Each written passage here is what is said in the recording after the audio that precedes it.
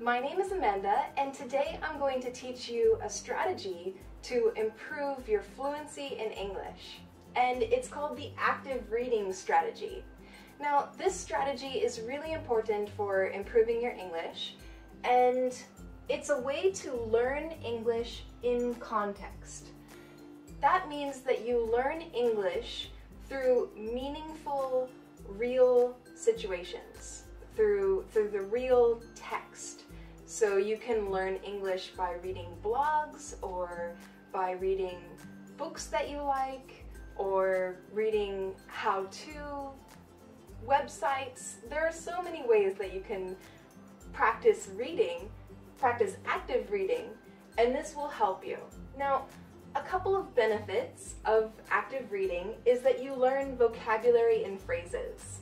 This is a great way to learn vocabulary, and it's meaningful. It's in the context, as I said. So you learn the way, not only the words, but how they are used. And you also learn grammar naturally. So it's a natural way to learn grammar rather than understanding the forms and studying it in a more traditional way. It's a more natural way to learn grammar. And this can help you improve your fluency. So after you learn the vocabulary, the phrases, and the grammar naturally in context, then you will be able to use this language when you speak, and that will help you with your fluency. It'll also help you understand more English. So, a couple of tips for using this strategy. You want to make sure that it is fun and interesting. English should never feel like a chore. If you ever feel stressed or tired from studying English, then you're not really learning it the right way. Absolutely, the best way to learn English is by having fun with it. That is because your mind will remember more if you make it interesting and fun. Your mind will automatically try to remember more because it likes it. So you want to make it interesting and fun. So you want to read blogs or read information that you would even want to read in your first language. And that will help you stay motivated and continue studying English. You should study English every day. I would suggest at least 15 minutes minimum every day. Everyone has 15 minutes to spare.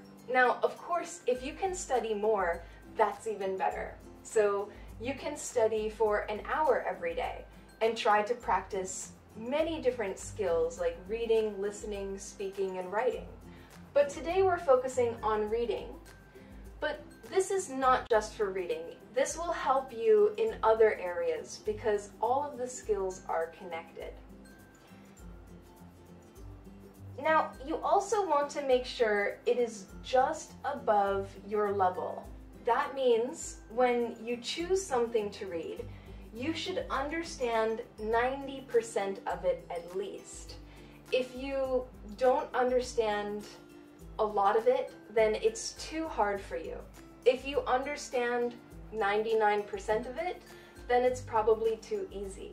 So you want to have about 10% that you don't understand.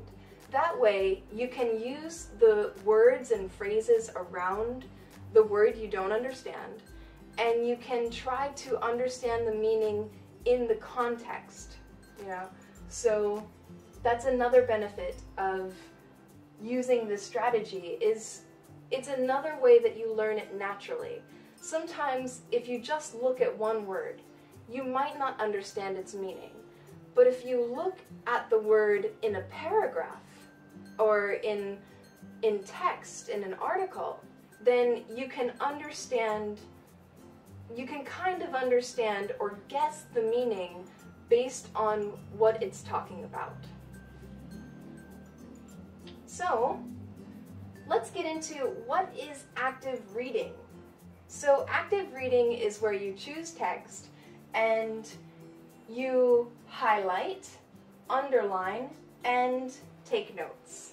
Okay, so let's look at each of these things. First, you can highlight new words, and you can use different colors. So you can use, for example, you can use your own colors, but this is my example. You can use green for words and phrases that you understand, but you don't use them, and you want to be able to use these words and phrases more. So I would use green and highlight them in green for the words I want to use more often. Then I want to use yellow. You can use yellow for words that you kind of understand, but you're not able to use them yourself, and you want to learn more. So you kind of understand, you don't exactly know what it means, but you have some idea of what it means, and you want to learn this word more. So you would use yellow. And then red is for new words and phrases that you don't know at all. This may be the first time you've ever seen this word, so you can use red for these words. Okay? Now, it's important not just to highlight, but you also want to do some research. You want to look up these words. There are many different sources and many different tools that are available for looking these up. Now, you can use online dictionaries or real dictionaries. You can use vocabulary.com, because vocabulary.com is a very great resource. And also, online dictionaries are very useful. They have idiom dictionaries where you can look up idioms, and they also have just so many tools available. You can sometimes play the audio of the word in American pronunciation and British pronunciation and practice pronouncing the words. So there are so many tools that you want to use for understanding these new words. Now, you can highlight or underline, it's up to you. You could do one or the other or both. And after you highlight or underline, you write the definition of words you don't know. So, for example, I was reading this text here, and I didn't understand the word all set, and I didn't understand on my mind. So I underlined it, and I wrote the meaning. So all set means ready, and on my mind means I was thinking about it, or I have been thinking about it for a while. So that's an example of how you use the active reading strategy. Now, you can take it a step further, and you can keep a notebook. And I highly suggest in any studying that you do, that you keep a notebook of all of the English that you have learned. So that way you can go back into your notebook and remember everything that you have studied before. So in your notebook, you want to write the new words and the different words that you read. Write the new words and write the definitions. So you write the word, then you write the definition or the translation. Definition is better if you can, because sometimes translation is not the same thing. Sometimes the translated word is a little bit different. So it's better to have the definition, and then you can write how to pronounce the word next to it. You can even use your own language, if that helps you, to understand how to pronounce the word. And then you write the form, the many different forms.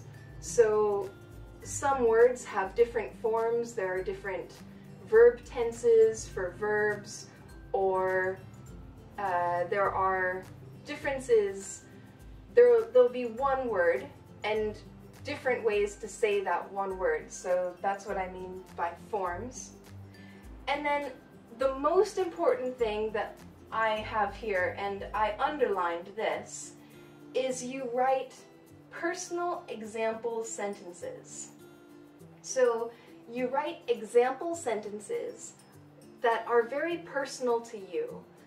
The more you can make this word personal and meaningful to your life, the more you can connect it to how you feel about things or